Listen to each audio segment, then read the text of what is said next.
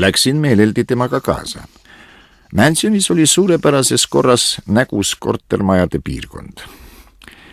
Vormis uksehoidja mõnules lävel päikese paistes ning Poirot kõnetas teda. Pardon, oskate te mulle öelda, kas Mr. ja Mrs. Robinson elavad siin? Uksehoidja oli napisõnaline mees ning nähtavasti hapuvõitu või kahtlustava suhtlemisviisiga. Ta ei vaadanud peaaegu meie poolegi ja torises number 4, teine korrus. Tänan. Kas võite mulle öelda, kui kaua nad on siin elanud? Pool aastat. Astusin hämmastunud sammu ettepoole, tunnetades Poirot iroonilise võitu pilku. Võimatu, hüüatasin mina. Te kindlasti eksite. Pool aastat. Olite te kindel, daam, keda ma silmas pean, on pikk, blond ja punakas kuldsete juuste ja seesama ja, vastas uksehoidja. Nad kolisid Mihklipäeva paiku sisse just pool aastat tagasi.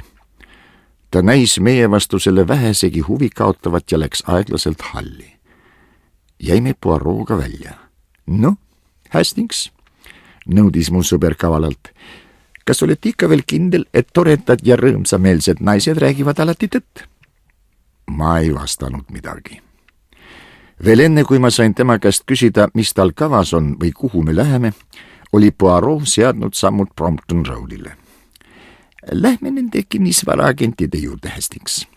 Ma tahaksin väga Montague Mansionis korteri üürida ja kui ma ei eksi, siis toimub seal üsna varsti mitu huvitavat sündmust. Meil vedas. Korter number 8 4. korrusel oli möbleeritult välja üürida 10 kiini nädalas. Poirot võttis selle kohe kuuks ajaks. Uuesti väljas tänaval vastas ta minu protestile. Aga ma ju teenin.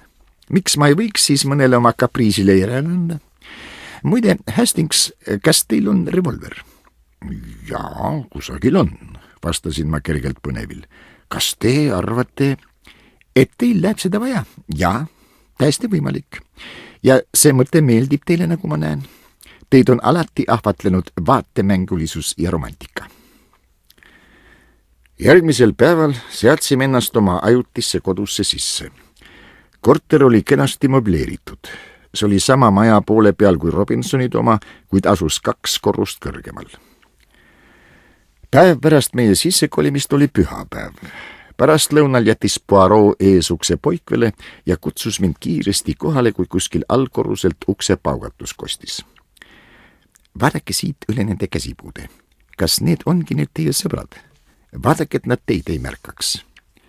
Küünitasin oma kaela trepi käsipuude kohale. Nemad jah, teatasin. Tore, oodake siis veidi. Umbes pool tundi hiljem tuli nähtavale üks säravas ja uhkes rõivastuses noor naine.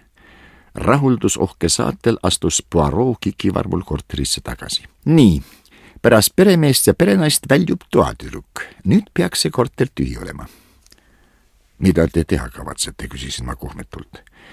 Poirot sammus reipalt nõudepesuruumi ja sikutas parajasti söelifti köit. Me laskume nüüd prügikorvi meetodil alla, seletas ta rõõmsalt. Mitte keegi ei märka meid. Pühapäevane kontsert, pühapäevane pärastlõuna kusagil väljas ja lõpuks pühapäevane uinak pärast pühapäevast õhtusööki. Le Rostbiff tõmbavad tähelepanu Hercule Poirot tegemistelt kindlasti kõrvale. Lähme, mu sõber. Ta astus mingisse puidust asjandusse ja ma järgnesin talle. Kas me tungime sinna korterisse? Pärisin ma kõhklevalt.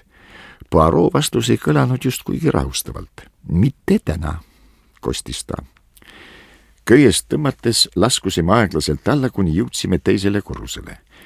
Poirot tõi kuuldavale rahulolu hüüatuse, kui täheldas, et puidust uks nõudepesuruumi oli lahti. Kas näete? Neid uksi ei panda päevasel ajal mitte kunagi riivi ja igaüks võib tõusta või laskuda samamoodi, nagu meie tegime. Öösiti pannakse need küll kinni, kuigi ka siis mitte alati. Sellest kavatseme meie hoolitseda. Rääkides oli ta mõned tööriistad taskust välja võtnud ja nüüd asus ta kohe nobedasti tööle. Tema eesmärk oli seada see riiv nii, et seda saaks liftist lahti tõmmata. Kogu see operatsioon võttis aega üksnes 3 minutit. Seejärel pistis Poirot tööriistad uuesti taskusse ja me tõusime üles oma korterisse. Esmaspäeval oli Poirot kogu päeva väljas, ent kui ta õhtul lõpuks tagasi tuli, viskus ta rahuldusohkega tugitooli. Hastings, tahate ma jutustan teile ühe väikese loo. See on teile väga südamelähedane ja meenutab teile teie lemmikmeelelahutust kino. Rääkige, naersin mina. Ma oletan, et see on ikka üks niisugune tõsilugu, mitte üks teie fantaasia ponnistustest. See on tõsilugu. Inspektor Jepp Scotland Yardist vastutab selle õigsuse eest, sest just tema lahke ametkonna kaasabil jõudiski see minu kõrva. Kuulege, Hastings. Veidi üle 6 kuu tagasi varastati ühest Ameerika valitsusasutusest mõned tähtsad laevastikuplaanid. Nende peal olid märgitud mõned olulisemad sadamakaitsepunktide asupaigad ning need oleksid igale välisriigi valitsusele, näiteks Jaapanile, üsna väärtuslikuks osutunud. Kahtlus langes ühele Luigi Vardano nimelisele noormehele sünnipäralt itaallasele, kes töötas selles asutuses mingi alamastme ametnikuna ja kes läks kaduma samal ajal kui need dokumendid. Kas Luigi Vardano oli varas või mitte, aga igatahes leiti ta 2 päeva hiljem New Yorgi idaosas mahalastuna. Dokumente tema juures ei olnud. Mõnda aega oli see Luigi Vardano kurameerinud Miss Elsa Hartiga, noore kontsertlauljannaga, kes oli alles hiljuti lavale ilmunud ja elas Washingtonis ühes korteris koos oma vennaga. Miss Elsa Harti esivanematest polnud midagi teada ning ta kadus äkitselt umbes samal ajal, kui Valdano suri. On põhjust uskuda, et tegelikult oli ta osav rahvusvaheline spioon, kes on oma nurjatud tööd teinud mitmete nimede all. Ameerika salateenistus hoidis lisaks Elsa Hartile silma peal ka ühel Washingtonis elaval tagasihoidlikul Jaapani härral. Nad olid päris kindlad, et kui Elsa Hart on oma jäljed piisavalt segi jäänud, võtab ta ühendust kõnealuse härraga. See härra lahkus 2 nädalat tagasi ootamatult Inglismaale. Järelikult paistab, et Elsa Hart on Inglismaal. Poirot tegi pausi ja lisas leebelt. Elsa Harti ametlik kirjeldus on järgmine. Pikkus 5 jalga, 7 tolli, silmad sinised, juuksed kuldpruunid, jume hele, nina sirge, eriliselt silma paistvate märkideta. Mrs. Robinson, ahmisin ma õhku. Noh, igatahes on selline võimalus olemas, soostus Poirot.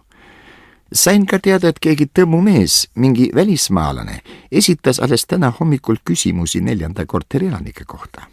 Seega, mon ami, ma kardan, et peate oma tänaöisest kosutavast unest loobuma ja valvama koos minuga terve öö tolles allkorruse korteris, relvastatuna selle oma suurepärase revolvriga. Nõus, hüüdsin ma innukalt. Millal me alustame? Kesköötund on just parajalt pidulik ja igati sobiv. Pole tõenäoline, et enne seda midagi juhtub.